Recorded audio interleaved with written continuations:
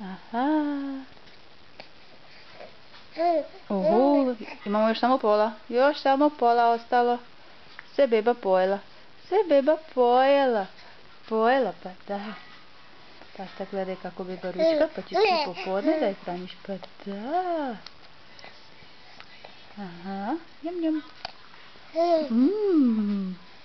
Mama, daj mi više u tu kašiku, šta si stisla?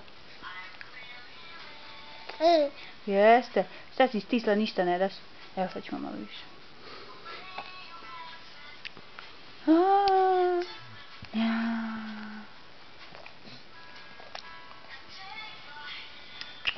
Stani da pojede. Šta stani, viš da sama grabi mi ruku i gura.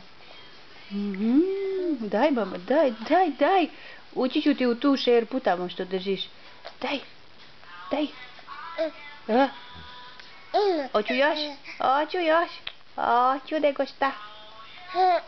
Nije to mnogo. Čega?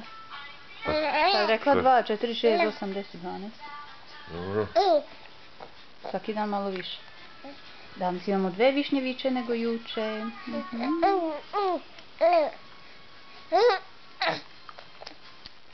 Pa pojela bi ona još toliko da je dan. Ma fino, jeste. Malo odmori, ovdje imamo neki crunčić, šta je ovo? Nešto ide mamu, njam. Čuli mi se da joj se tako sviđa, ovo je kiselkasto, zbog višnje, nije slatko. A ga sve jedno ručkam.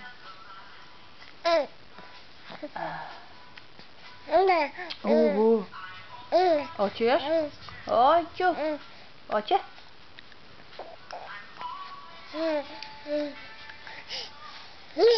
Hoću.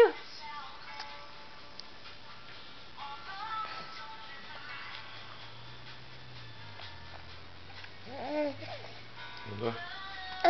Nije, imamo još. Nismo pojeli, nismo, pa da.